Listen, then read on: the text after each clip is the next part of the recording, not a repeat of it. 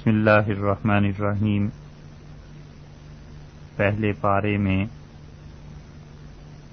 سورہ بقرہ اور حضرت آدم علیہ السلام کا قصہ یہ چل رہا تھا، اور اللہ تعالی نے اس سورہ مبارکہ کی آیت نمبر 33 میں جو بات ارشاد فرمائی ہے، آج اس میں سے کچھ حصہ آپ کی خدمت میں پیش کرتے ہیں۔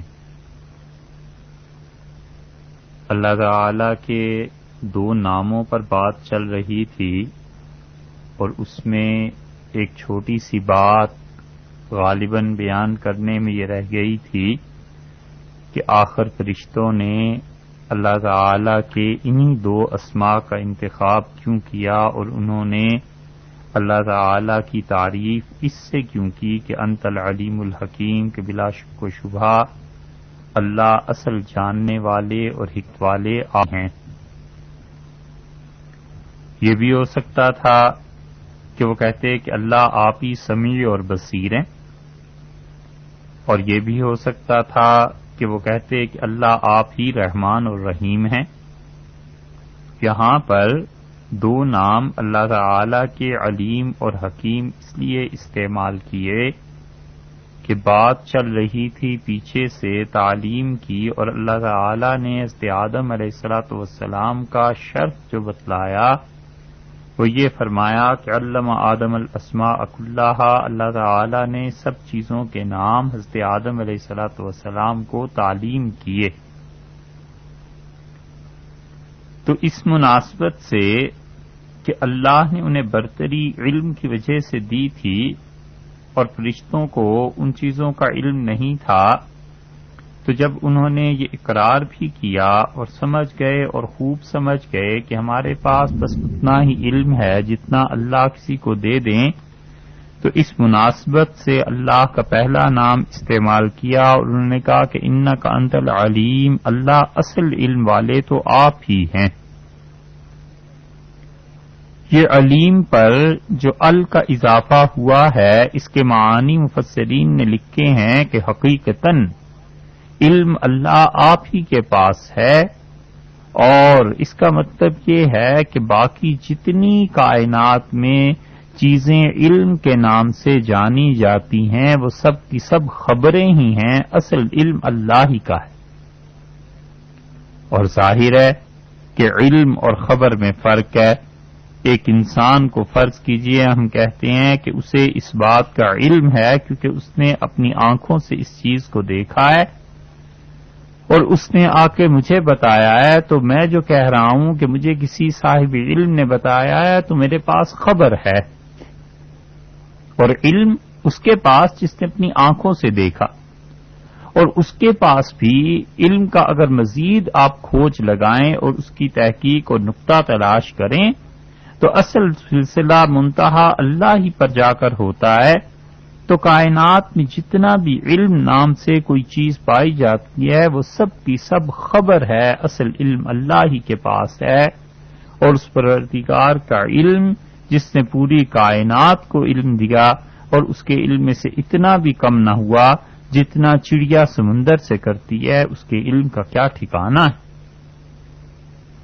اس لیے دوسری بات، ایک بات تو یہ کہی، اور دوسری بات انہوں نے کہی کہ حکیم، اللہ آپ ہی اصل حکمت جاننے والے ہیں، اصل میں حکمت آپ ہی کی حکمت ہے۔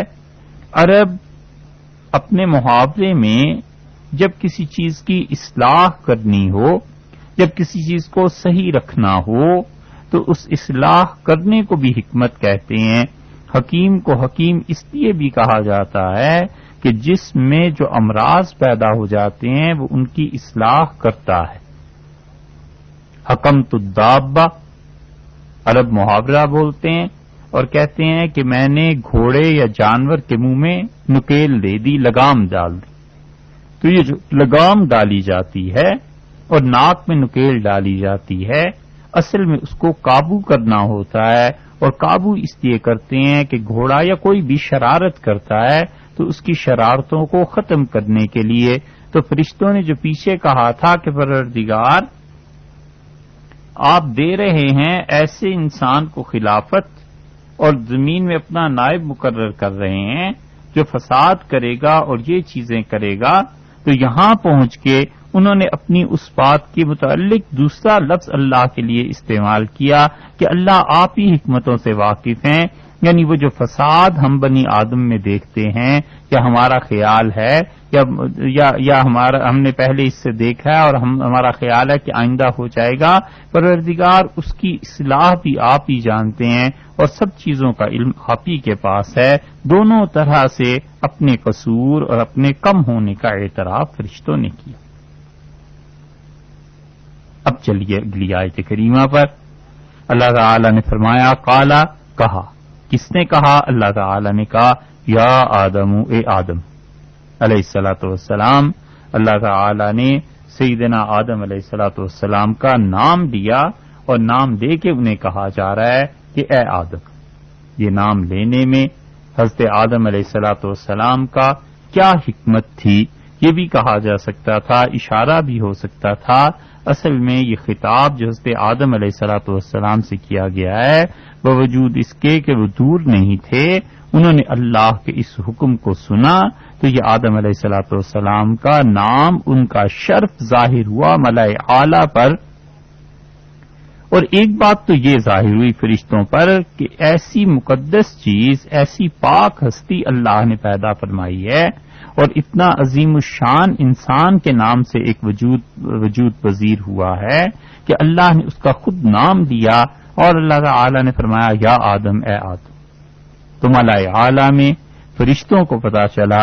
اور اسی طرح سوچنے کی بات ہے کہ جب مالک حقیقی اور شہنشاہ حقیقی اس بادشاہ نے اپنے بندوں میں سے ایک بندے کا نام لیا ہوگا تو حضرت آدم علیہ الصلوۃ والسلام پر کیا حال طاری ہو گیا ہوگا کہ پروردگار عالم خود ان کا نام لے اور کہے یا آدم، اے آدم۔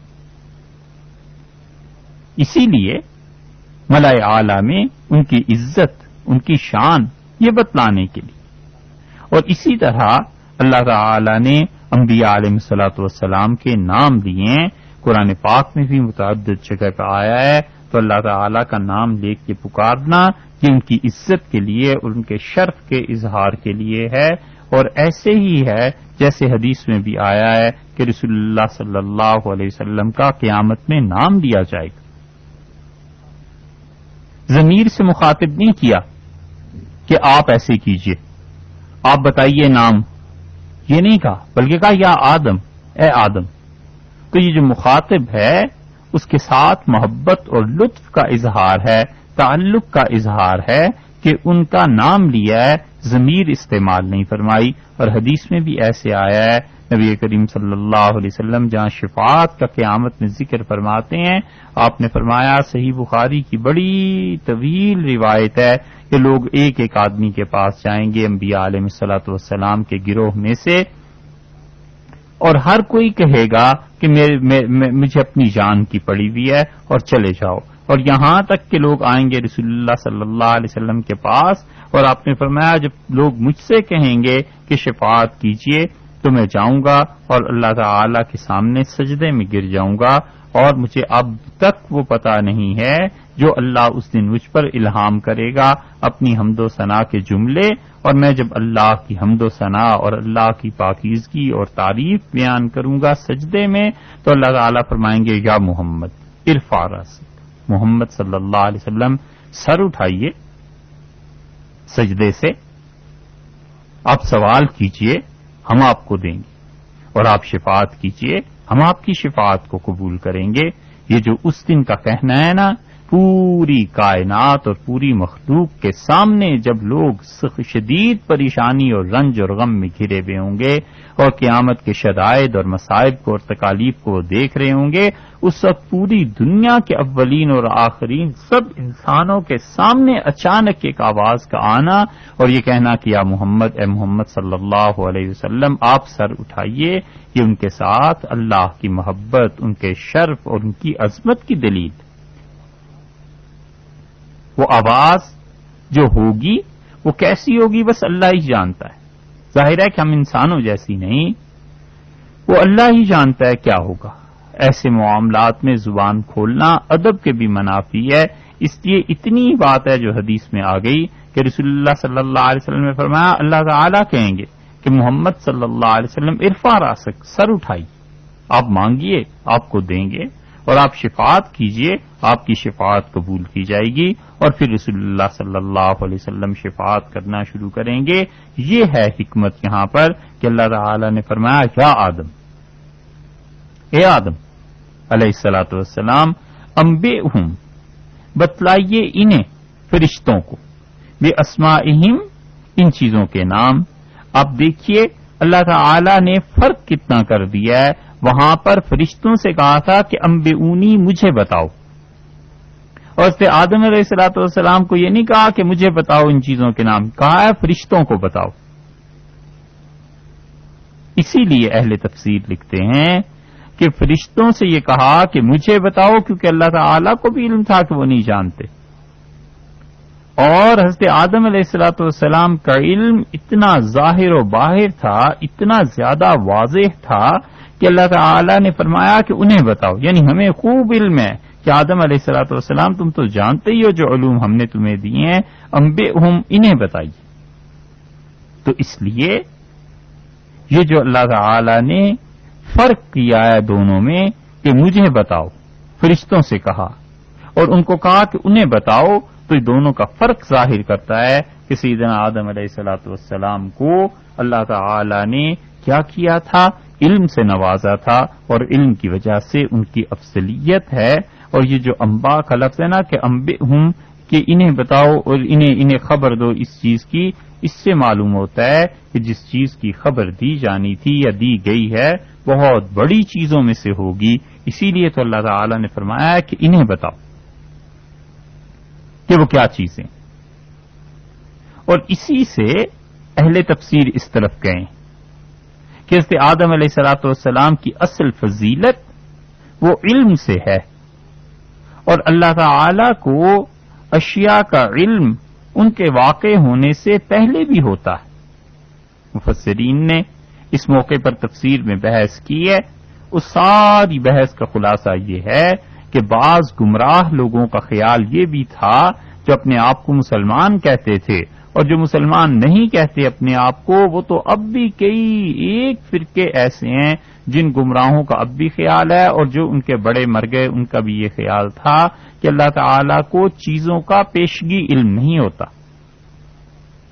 جب چیزیں وجود میں آ جاتی ہیں پھر خدا کو علم ہوتا ہے کہ کوئی چیز کیا ہے. اللہ تعالی کو والعیاذ باللہ یہ پتہ نہیں ہوتا کہ بارش زمین میں جا کر کیا رنگ دکھائے گی. جب بارش پڑتی ہے پھر پتہ چلتا ہے اللہ تعالیٰ کو کہ زمین سے کوئی چیز اگائی ہے.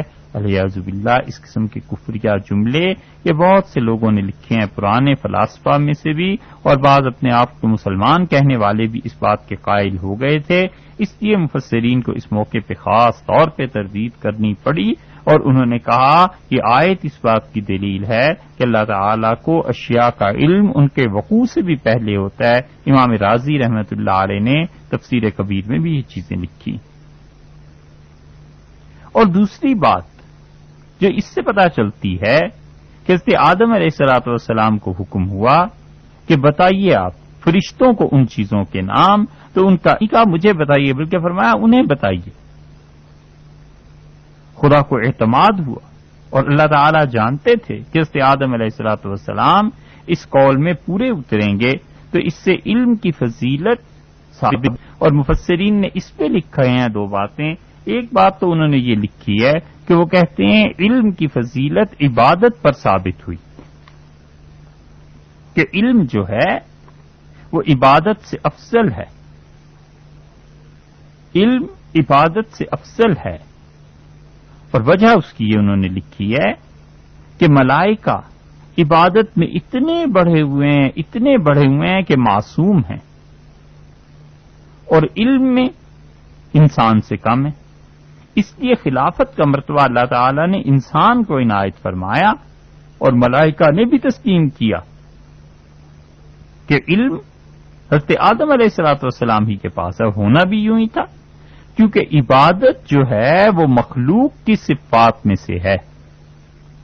آپ دیکھیے نا عقلاً بات تو علم اور عبادت کی ہو رہی ہے کہ عبادت میں بظاہر فرشتے بڑھے ہوئے ہیں اور ادھر علم میں انسان بڑھا ہوا ہے، فرشتوں سے کم ہے عبادت میں بظاہر دیکھنے میں.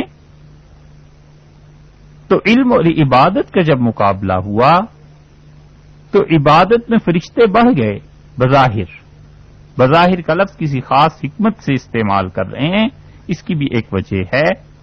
اور علم انسان کے پاس زیادہ ہوا تو عبادت بندگی یہ مخلوق کی صفت ہے اور علم اللہ کی صفات میں سے ایک صفت ہے. تو جو صفت اللہ تعالی کی ہے وہ غالب ہے بنسبت مخلوق کی صفات کے. عبادت خدا کی صفت نہیں ہے اس لیے کہ وہ تو کسی کی عبادت نہیں کرتا. یہ جو بعض لوگ کبھی کبھی اپنے بیانات میں جاہل قسم کے خطیب کہتے ہیں نا لوگوں کا دل خوش کرنے کے لیے کہ اللہ بھی صرف ایک ہی عبادت کرتا ہے بتاؤ کون، اور پھر وہ لمبی تان لگاتے ہیں کہ خدا نماز نہیں پڑھتا، روزے نہیں رکھتا، حج نہیں کرتا، یہ وہ، اور آخر پہ اللہ کہتا ہے ان اللہ ملائکتہ یصلون علی النبی، اللہ ایک ہی عبادت کرتا ہے کہ اپنے نبی صلی اللہ علیہ وسلم پہ درود بھیجتا ہے. اس قسم کے جملے بڑے خطرناک ہیں. یہ لوگوں کو خوش کرنے کے لیے، ان کی جیب سے پیسے نکلوانے کے لیے تو استعمال ہوتے ہیں مساجد میں، لیکن ان کا حقیقت سے کوئی واسطہ نہیں. اللہ کسی کی عبادت نہیں کرتا.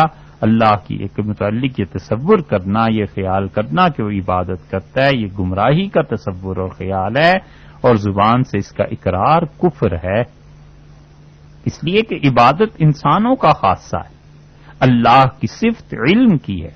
تو جب پروردگار کی صفت علم کی ہوئی تو اس کی صفت کو مخلوق کی عبادت پر ترجیح حاصل ہوئی. اس لیے حضرت آدم علیہ الصلوۃ والسلام افضل ہیں، انسان افضل ہے اس معنی میں کہ انسانوں میں اللہ تعالی نے علم کی صفت رکھی ہے، اور اسی لیے یہ قابل خلافت ہوئے ہیں کہ جس کی خلافت انہیں ملنی ہے، یعنی اللہ تعالی کی اس کی صفات بھی تو اس میں پائی جائیں نا. اور اس کی سب سے بڑی صفت علم ہے، وہ اس سے اپنے خلیفہ انسان میں رکھتی. عبادت اس کی صفت نہیں ہے، وہ فرشتوں میں آ گئی. تو فرشتوں کے معاملے کے مقابلے میں انسانوں کی افضلیت اس اعتبار سے کی گئی ہے. اس کی بھی تھوڑی سی تفصیل ہے کہ اصل میں افضل کون ہے انسانوں میں سے، کن فرشتوں سے کون افضل ہے. مفسرین نے اس پہ بحث کی.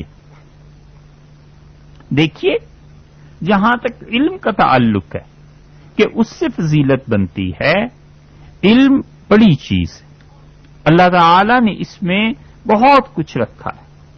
آپ دیکھیے علم انسان کو سکھاتا ہے. اہل علم وہ جو ہیں بات کرتے ہیں تو پتہ چلتا ہے کہ ان چیزوں میں کیا کیا حکمتیں ہیں. ہم اس کی دو مثالیں آپ کو دیں، علم کی فضیلت آپ کو اس کا اندازہ ہوگا. آپ دیکھیے ایک انسان نماز کے بعد اذان سننے کے بعد دعا مانگتا ہے. رسول اللہ صلی اللہ علیہ وسلم نے فرمایا جب تم اذان سنو تو وہی جملے کہو جو تمہارے مؤذن نے کہے ہیں، اور پھر اس کے بعد آپ نے فرمایا تم میرے لیے دعا مانگا کرو وسیلے کی. وہ ایک مقام ہے جو اللہ تعالیٰ ایک ہی بندے کو عنایت فرمائے گا، اور جو میرے لیے وسیلے کی دعا مانگے گا میں اس کی قیامت میں شفاعت کروں گا. اس پہ اہل علم کی تحقیق دیکھیے. ہمارے سامعین میں 20 یوں ایسے ہوں گے جو مدتوں سے اذان سن کے جواب دیتے ہیں اور پھر اذان کے بعد دعا مانگتے ہیں اور کہتے ہیں اللہم رب ھذہ الدعوۃ التامہ. اے پروردگار یہ پورے دعائیہ جملے اور اس کے نتیجے میں کھڑی ہونے والی نماز اور ساری دعا مانگتے ہیں اللہ تعالی سے. اور انہیں پتا ہے کہ رسول اللہ صلی اللہ علیہ وسلم نے فرمایا کہ جو یہ دعا مانگے گا میں قیامت میں اس کی شفاعت کروں گا. لیکن آخر وہ کیوں کریں گے، کس وجہ سے؟ اہل علم کہتے ہیں کہ اس دعا کے پڑھنے کا مطلب پھر یہ ہوا کہ اس انسان کا خاتمہ بالخیر ہوگا، ایمان پہ موت آئے گی تو ہی تو قیامت میں شفاعت ہوگی. رسول اللہ صلی اللہ علیہ وسلم کوئی کافروں کی شفاعت تھوڑے ہی فرمائیں گے، وہ تو مومنین کی اور اہل ایمان میں سے جو فاسق و فاجر تھے یا جن کے ساتھ کچھ اور معاملہ تھا، تفصیل آئی ہے حدیث میں اس کی، ان تفصیلات کے مطابق رسول اللہ صلی اللہ علیہ وسلم شفاعت فرمائیں گے. تو اہل علم کہتے ہیں اس دعا کو پڑھو، اس لیے کہ اس میں خاتمہ بالخیر ہونے کی ضمانت ہو گئی نا، کہ ایمان پہ تمہارا خاتمہ ہوگا۔ اب آپ نے دیکھا ایک آدمی 10 سال پڑھتا ہے اور وہ بس جانتا ہے اتنا ہی، اور ایک علم والا اس عقیدے کے ساتھ، اس اعتماد کے ساتھ، اس بھروسے کے ساتھ، اس محبت کے ساتھ، اس تعلق کے ساتھ پڑھتا ہے کہ انشاءاللہ اس دعا کی برکت سے خاتمہ ایمان پہ ہوگا۔ دونوں کے پڑھنے میں بڑا فرق ہے۔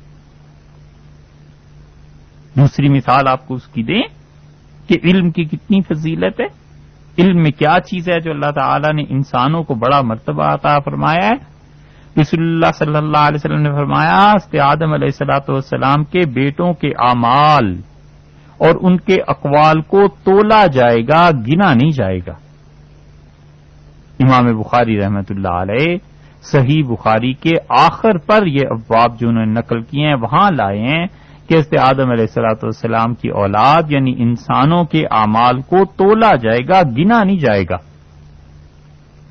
مثلا ایک آدمی روزانہ 100 نفل پڑھتا ہے تو قیامت میں اس شخص کے اعمال کو اگر تولا گنا جائے تو اس کے نوافل تو بہت زیادہ ہوئے۔ نبی کریم صلی اللہ علیہ وسلم نے نماز نبوت سے لے کے آخری سانس تک جو پڑھی ہے 23 برس کی مدت بنتی ہے نا، تو 23 برس میں رسول اللہ صلی اللہ علیہ وسلم نے جتنی رکعتیں پڑھی ہیں ان ساری رکعتوں کو اگر کاؤنٹنگ کی جائے، شمار کیا جائے 1 2 3 4 5 6 اس حساب سے، تو اس امت میں ایسے ایسے اولیاء اللہ ملیں گے جو لوگ 40 سال نمازیں پڑھتے رہے تو بظاہر گننے میں تو امت کی رکعتیں نبی سے بھی علیہ الصلوۃ والسلام سے بڑھ گئیں، لیکن علیہ باللہ کوئی سوچ بھی سکتا ہے پوری امت کی عبادت ایک طرف اور رسول اللہ صلی اللہ علیہ وسلم کی ایک رکعت نماز اس سے کہیں آگے کی بات۔ یہ ہے بات، قیامت میں اعمال کو تولا جائے گا، گنا نہیں جائے گا۔ اسی وجہ سے تو حدیث میں آیا ہے کہ ایک آدمی کے نامہ عمل کھولا جائے گا اور 99 دفتر، 99 کاپیاں اس کی رجسٹر سب گناہوں سے بھرے ہوئے، اور اسے سمجھ آ جائے گی، وہ پتہ چل جائے گا اسے کہ اب گیا جہنم میں، اور اللہ تعالیٰ فرمائیں گے تیری ایک بات ہمارے پاس محفوظ ہے اور وہ لا الہ الا اللہ، ایک جملہ اس کا وہ کاغذ رکھا جائے گا، اور 99 اس کے وہ جو تھے دفتر اور کاپیز اور رجسٹر وہ سب کے سب اڑ جائیں گے اور وہ ایک پرزہ چھوٹا سا بھاری ہو جائے گا۔ کیوں؟ اس سے معلوم ہوتا ہے کہ اعمال کا جو وزن ہوگا نا، اس کے ساتھ ساتھ جو وزن کے پیچھے کیفیات تھیں، اس کیفیت کی وجہ سے وزن بڑھے گا۔ اللہ ہی جانتا ہے کس اعتماد، کس یقین کے ساتھ اس شخص نے، کس غضب کے ساتھ، کون سے غضب کی طاقت تھی اس میں کہ اس نے لا الہ الا اللہ ایک مرتبہ کہہ دیا، مگر اس ایک مرتبہ کہنے میں اللہ پر اتنا بھروسہ اور یقین تھا اس کا کہ اس کی ساری زندگی کے گناہوں کو اس ایک لا الہ الا اللہ نے معاف کرا دیا۔ اسی لیے اپنی عبادت میں وزن پیدا کرنا چاہیے۔ آدمی 2 ہی رکعتیں پڑھے مگر ایسی پڑھے کہ اللہ کے علاوہ غیر کی طرف توجہ نہ ہونے پائے، یہ کہیں زیادہ خدا کا قرب دلانے والی ہے بجائے اس کے کہ 10,000 رکعتیں پڑھ لے زندگی میں اور پھر ساری رکعتوں میں سنتیں بھی چھوٹی ہوئی ہیں، پتہ ہی نہیں ہے کون سی سورت پڑھی ہے، نیت کیا کی ہے، اللہ کے سامنے کھڑا ہونے کا تصور ہی نہیں ہے ان رکعتوں میں۔ اس سے کہیں زیادہ وہ ایک سجدہ اچھا ہے جس سجدے میں اللہ کے سامنے سجدہ ریز ہونے کا تصور۔ اسی لیے جن لوگوں کو علم اور معرفت حاصل ہے ان کی عبادت اگرچہ ظاہر میں کم ہوتی ہے مگر حقیقت میں ان کی ایک ایک رکعت دوسروں کے 1000 رکعتوں سے زیادہ ہوتی ہے۔ رسول اللہ صلی اللہ علیہ وسلم نے ایسے ہی تو نہیں حضرت خالد رضی اللہ عنہ سے ارشاد فرما دیا تھا کہ خالد اگر تم اللہ کی راہ میں بہت پہاڑ کے برابر سونا خرچ کرو، عبد الرحمن ابن عوف تمہارے مقابلے میں آدھا سیر جو خدا کی راہ میں دے دے تو یہ تم اس تک نہیں پہنچ سکتے۔ کہاں خالد صحابی ہیں وہ بھی، اور کہاں عبد الرحمن ابن عوف رضی اللہ عنہما وہ بھی صحابی ہیں، لیکن خالد رضی اللہ عنہ عہد پہاڑ سونے کا خرچ کر کے بھی حضرت عبد الرحمن رضی اللہ عنہ کے آدھا سیر جو تک نہیں پہنچ سکتے. وجہ معرفت، اللہ کا یقین، اللہ کی راہ میں مصائب اور تکالیف کو برداشت جو عبد الرحمن ابن عوف رضی اللہ عنہ نے کیا تھا، اور اس کے نتیجے میں جو کیفیات انہیں حاصل ہوئی تھی، وہ خالد ابن ولید رضی اللہ عنہ کو تھوڑے ہی تھی. دونوں جلیل القدر، دونوں اللہ کے مقرب بندے اور دونوں امت کے آقا اور سردار. اس کے باوجود فرق کہاں پڑ گیا؟ فرق اس طرح پڑ گیا کہ اللہ تعالی کے یہاں اعمال کا وزن ہوگا، جائیں گے، تولے جائیں گے. اس لیے اس گناہگار نے کس یقین سے لا الہ الا اللہ پڑھا کہ رسول اللہ نے فرمایا بھر گیا میزان اس کے لا الہ الا اللہ پڑھنے سے، اور 99 دفتر اس کے گناہوں کے سب اس ایک پرزے نے ٹکڑے ٹکڑے کر دیے، اڑا کے رکھ دیے. یہ ہے، اس لیے علم افضل ہے. اللہ تعالی نے فرمایا ہے کہ آدم علیہ الصلوۃ والسلام انبئہم باسمائی، انہیں سکھاؤ، انہیں فرشتوں کو بتاؤ وہ نام جو اللہ تعالی نے انہیں سکھائے تھے. اللہ تعالی نے نام بھی حضرت آدم علیہ الصلوۃ والسلام کو سکھائے اور پھر پیش بھی کیا ان چیزوں کو. یہ ہے وہ صحیح تصور جس آیت کریمہ سے بنتا ہے، اور اس کی تفسیر یہ جو کہتا ہے کوئی بھی مفسر کہ صرف اللہ آئے اور ان ناموں کی وہ نام جن اشیاء پر دلالت کرتے تھے وہ اشیاء نہیں دکھائیں تو بات غلط ہو جائے گی. کشاف والے جو ہے نا زمخشری نے بڑا زور لگایا ہے اس بات پہ. یہ اہل علم کا مسئلہ ہے، اس لیے کہ زمخشری اور معتزلہ کا عقیدہ یہ ہے کہ اسماء اور مسمیات دونوں میں فرق ہے. جماعت کہتے ہیں کہ مسمیات اور اسماء میں فرق نہیں ہے، وہ ایک ہی چیز ہیں. تو اس نے بہت زور لگایا ہے اس پہ اور یہ ثابت کرنے کی کوشش کی ہے کہ اللہ نے صرف نام بس سکھا دیے تھے، دکھایا کچھ نہیں اللہ تعالی نے نہیں. اسی لیے شاہ عبد القادر صاحب محدث دہلوی رحمۃ اللہ علیہ کی نگاہ کس غضب کی ہے کہ انہوں نے کہا پھر وہ دکھائے، ثم عرضہم، پھر وہ دکھائے. اس دکھائے کے لفظ سے جو عرض کا ترجمہ انہوں نے کیا ہے نا، معتزلہ کا بھی رد ہو گیا اور اہل سنت والجماعت کی اس بات کا بھی کہ اسماء اور مسمیات ایک ہی چیزیں، ان میں فرق نہیں. تو یہاں پر ارشاد فرمایا ہے کہ انبئہم باسمائی، انہیں بتائیے. ایک بات اور بھی ہے اور وہ یہ کہ یہاں پر یہ کیوں فرمایا کہ باسمائہم، انہیں ان چیزوں کے نام بتاؤ. یہ بھی تو فرما سکتے تھے اللہ تعالیٰ کہ انہیں نام بتاؤ، لیکن خاص طور پر پھر لائے ہیں کہ ان چیزوں کے نام. اور پھر آگے دیکھیے فلما انباہم باسمائہم، جب بتا دیے آدم علیہ الصلوۃ والسلام نے ان کے نام، تو یہ بھی تو کہا جا سکتا تھا اللہ تعالیٰ یوں فرما دیتے کہ جب آدم علیہ السلام نے نام بتائے کوئی اور لفظ استعمال فرماتے. یہ بار بار ضمائر کی جو تکرار کی جا رہی ہے نا کہ انہیں نام بتاؤ اور اس نے نام بتا دیے، یہ بار بار جو بتایا جا رہا ہے اس سے معلوم ہوتا ہے کہ اللہ تعالیٰ کی بڑی عنایت تھی اور بہت اہم چیزیں تھیں جو انہیں سکھائی گئی تھیں. اسی وجہ سے قاضی ثناء اللہ صاحب رحمۃ اللہ علیہ کہتے ہیں کہ یہ اللہ تعالیٰ کی تجلیات تھی جو حضرت آدم علیہ الصلوۃ والسلام پہ اللہ کے اسماء کی ہوئی تھی. اور پھر تفصیل سے ساری چیزیں دکھا دی گئیں، بتا دی گئیں، اور اس تفصیل کا علم حضرت آدم علیہ الصلوۃ والسلام کو ہوا اور اس علم کی وجہ سے فرشتوں سے افضل انسان قرار پایا. فرشتوں سے انسان کے افضل ہونے کی کیا نسبت ہے؟ کیا ہر آدمی فرشتوں سے افضل ہے یا اس کی بھی کچھ تفصیل ہے؟ مفسرین نے یقیناً اس کی تفصیلات لکھی ہیں، وہ انشاءاللہ کل کی نشست میں آپ سے عرض کریں گے. اور ایک ضروری بات جو آپ حضرات نوٹ فرما لیں تاکہ کسی کو زحمت نہ ہو، وہ یہ کہ آئندہ 4 اپریل سے یعنی اپریل کے پہلے ہفتے سے جو بیانات شروع ہوں گے اس کا ٹائم FM 100 والوں نے بدل دیا ہے اور وہ بیان آئندہ سے 5:30 سے لے کے 6:30 بجے تک ہوا کرے گا، روزانہ 1 گھنٹہ. اپریل کے پہلے ہفتے کا جو پہلا جمعہ ہے اس سے جو بیانات شروع ہوں گے وہ آئندہ سے 5:30 سے لے کے 6:30 بجے تک ہوا کریں گے اور دنوں کی تفصیل انشاءاللہ بعد میں عرض کر دیں گے اور جو باقی چیزیں ہیں وہ کل انشاءاللہ بحث کریں گے. السلام علیکم ورحمۃ اللہ وبرکاتہ.